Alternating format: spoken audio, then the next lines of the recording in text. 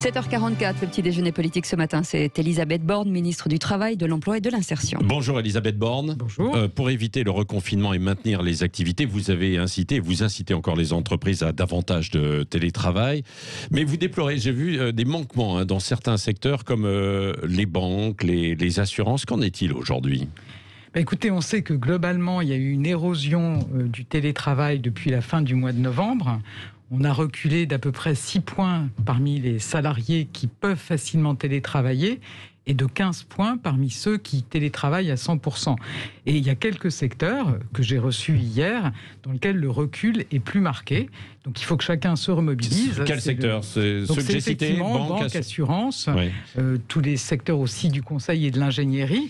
Donc dans ces secteurs, la situation, elle est différentes selon les entreprises. On en a certaines qui continuent à être très mobilisées, c'est le cas notamment dans les banques, et puis il y en a d'autres qui finalement ont un peu baissé la garde, on va dire. Donc c'était bien l'objet de la réunion que j'ai eue hier avec elles, de leur dire tout le monde se remobilise. Oui, mais est-ce que vous pouvez les obliger ? Alors c'est ça l'inspection du travail, mais quelles sont les règles précisément pour ça ? La règle elle est très claire, depuis fin octobre, toutes les entreprises doivent appliquer cette même règle. Quand on peut faire une tâche à distance, alors on doit être en télétravail. Si vous pouvez faire toutes vos activités à distance, vous devez être 5 jours sur 5 en télétravail. Ça, c'est la règle qui s'impose à toutes les entreprises. Donc voilà, l'idée, c'est vraiment maintenant de se remobiliser pour revenir au niveau de télétravail qu'on a eu au mois de novembre. Il ne s'agit pas de revenir à ce qu'on a eu au mois de mars et d'avril, où beaucoup d'entreprises étaient finalement... on avait dit aux salariés, restez chez vous, puis vous faites ce que vous pouvez en télétravail. Donc c'est pas ça qu'on veut. On veut aussi la continuité de l'activité économique. C'est important pour notre pays, c'est important pour sauver des emplois. Mais de revenir au niveau de novembre, c'est ce que j'ai demandé hier aux branches professionnelles que j'avais en face de moi. Mais est-ce que vous pouvez véritablement les contraindre d'un point de vue légal avec des visites de l'inspection du travail ? Parce que c'est parfois difficile à déterminer ce qui peut être fait à distance ou ce qui doit être fait au bureau. Écoutez, moi j'ai eu le retour. Je pense dans les banques notamment. Oui. Moi j'ai eu le retour de mes services qui depuis une semaine sont sur le pont pour aller dans les entreprises, d'abord pour conseiller, pour accompagner et puis éventuellement pour contrôler et sanctionner. Je peux vous dire qu'il y a des cas qui sont évidents quand on a des entreprises qui ne font aucun télétravail. Là, il n'y a pas de doute. Et ça a pu conduire, notamment, j'ai en tête un cas où on n'avait finalement aucun salarié en télétravail. À la fin, on en avait 200. Voilà. Donc, je pense qu'on a des marges de progrès dans certaines entreprises.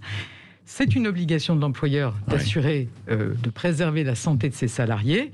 Le protocole en entreprise dit ce qu'il faut faire, quelles sont les bonnes règles à appliquer en application des consignes sanitaires qui nous sont données. Et donc, un chef d'entreprise doit se conformer à ce protocole sanitaire. Un peu comme les PV pour les couvre-feux, vous annoncez, Elisabeth Borne, que vous allez un peu plus sévir face à ces entreprises qui ne respecteront pas les règles, quoi. Dans un premier temps, moi, je compte sur la responsabilité de chacun. Vous savez, je pense que chaque chef d'entreprise, chaque salarié peut mesurer ce que ça veut dire un confinement. On sait que ça a un impact très important sur notre économie, sur nos emplois, sur la vie du pays, sur l'éducation de nos enfants. Donc je pense que chacun peut aussi se dire qu'on essaie de trouver un chemin pour éviter un nouveau confinement. D'abord, chacun doit être responsable. Mais effectivement, si une entreprise ne joue pas le jeu, elle peut d'abord être mise en demeure. Moi, ce que je constate, c'est qu'en général, quand on a une mise en demeure, dans 90% des cas, l'entreprise se remet en ordre de marche.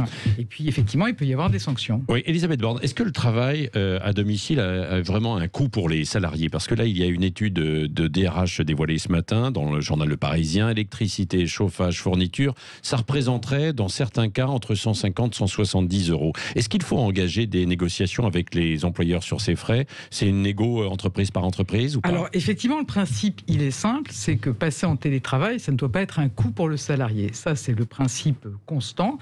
Dans l'accord, vous savez qu'il y a un accord qui a été trouvé entre les organisations patronales et syndicales il y a quelques semaines. Ce principe est réaffirmé. Ensuite, forcément, ça passe par une discussion au sein de chaque entreprise. Il ne va pas y avoir une règle unique qui s'applique à tout le monde.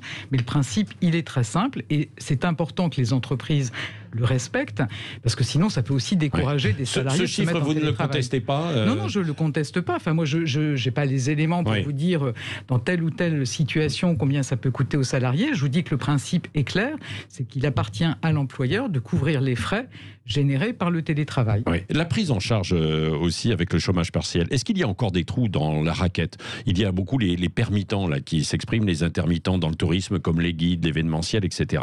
Ils affirment qu'ils ne sont pas suffisamment pris en charge. Quelle réponse vous pouvez leur apporter? Écoutez, moi je peux leur dire qu'on est vraiment très attentif à la situation de tous ceux qui, avant la crise, enchaînaient des contrats saisonniers, des contrats courts.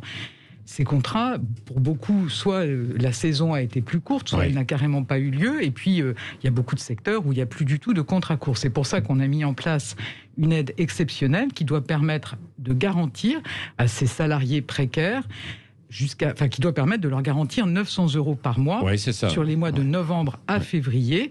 Et donc, on a versé les montants correspondants aux mois de novembre et de décembre en fin de semaine dernière.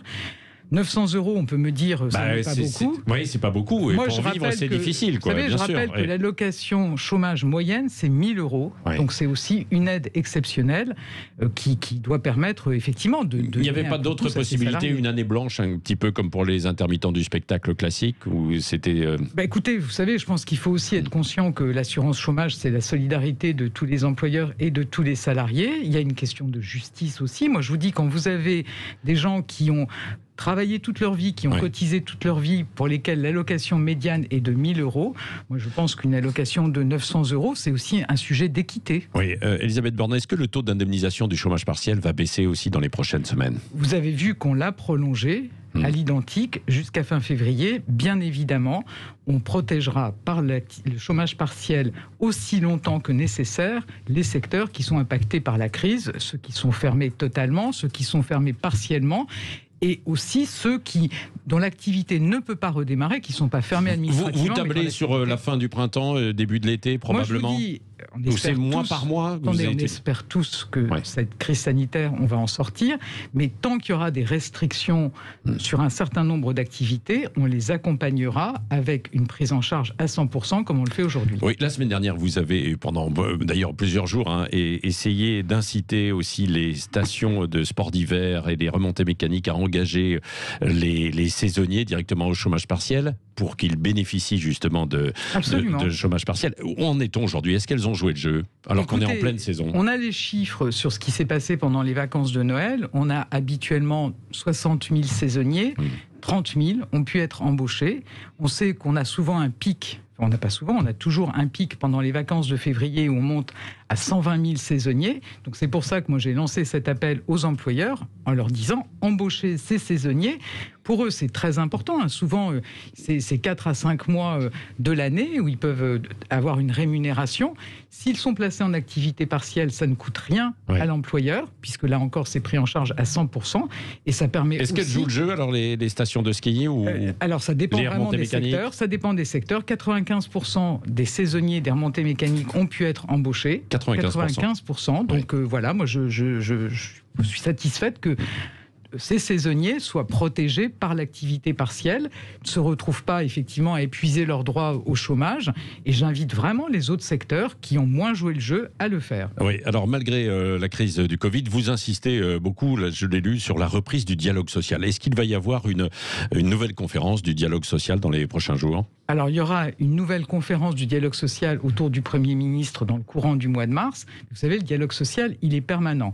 Je trouve que la crise a vraiment redynamisé le dialogue social. On a eu beaucoup d'accords qui ont été signés, notamment sur la reprise d'activité après le premier confinement.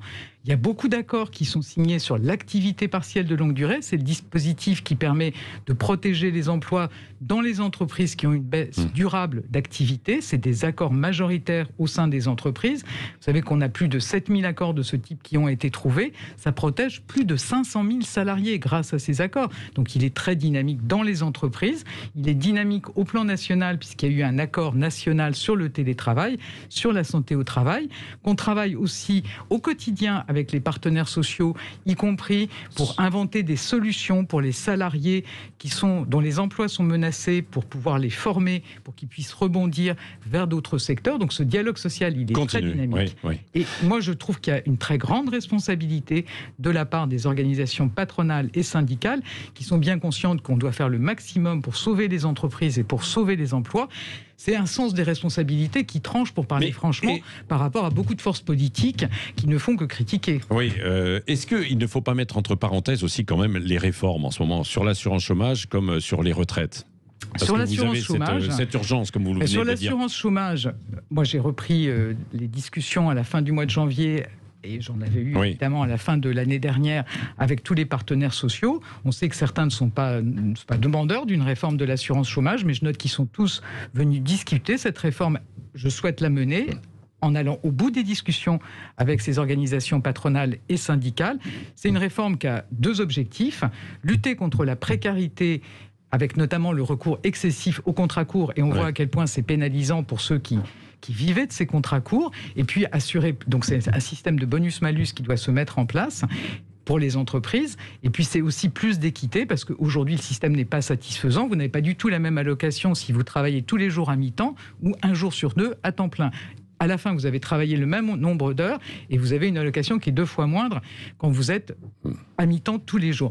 Donc, moi, je pense que cette réforme, elle est nécessaire. C'est ce que vous répondez à l'opposition. Il y en a certains qui disent non, qui vous critiquent en disant non, il faut arrêter, mettre ça entre parenthèses. Écoutez, il y a d'autres urgences. Ceux qui pensent que le système est idéal, ils n'ont pas dû bien le regarder. Vous voyez, moi, je pense que notre système, il faut l'améliorer et c'est l'objectif de cette réforme. D'une façon générale, d'ailleurs, pour l'opposition qui vous critique, c'est ce que vous leur dites ? Elisabeth Borne, je leur dis qu'il y a souvent beaucoup de critiques, de gens qui n'ont pas bien regardé ce qu'on fait. Et donc, en l'occurrence, sur l'assurance chômage, je vous dis, il y a ces 2 objectifs, moins de précarité, plus d'équité. Et évidemment, il faut tenir compte du contexte du marché de l'emploi. C'est ce que j'ai proposé aux organisations patronales et syndicales, que les paramètres tiennent compte de la situation du marché de l'emploi. Question avec Cécile de Ménibus, Elisabeth Borne. On voit bien que les variants sont très, très contagieux, tout le monde le dit. Qu'est-ce qu'on attend pour isoler les gens dans des hôtels qui aujourd'hui n'ont pas de fermeture administrative et qui se meurent de faute de clients ? Vous savez que les règles, elles sont encore plus strictes quand on a des patients qui sont atteints de l'un des variants, où on a une mobilisation très forte de l'assurance maladie pour identifier les personnes qui ont été en contact avec ceux qui sont atteints de variants.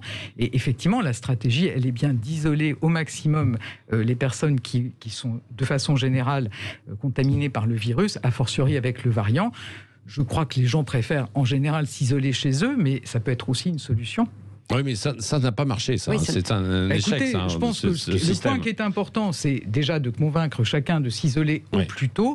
S'il peut le faire chez lui, je pense que vous et moi, on préférait être à l'isolement chez nous plutôt que forcément loin de chez nous. Vous êtes inquiète par ce qui se passe avec ce variant, justement, qui arrive aussi dans les écoles, là où on commence à fermer beaucoup d'écoles en ce moment. Il est temps que les vacances arrivent. On est évidemment très vigilants. C'est pour ça que le Premier ministre a annoncé il y a une dizaine de jours maintenant qu'on allait renforcer un certain nombre de mesures pour être encore plus vigilant pour éviter la circulation du virus.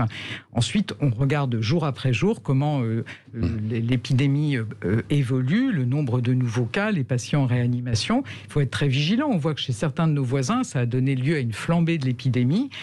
Pour l'instant, ça n'est pas le cas chez nous, mais on est très vigilants.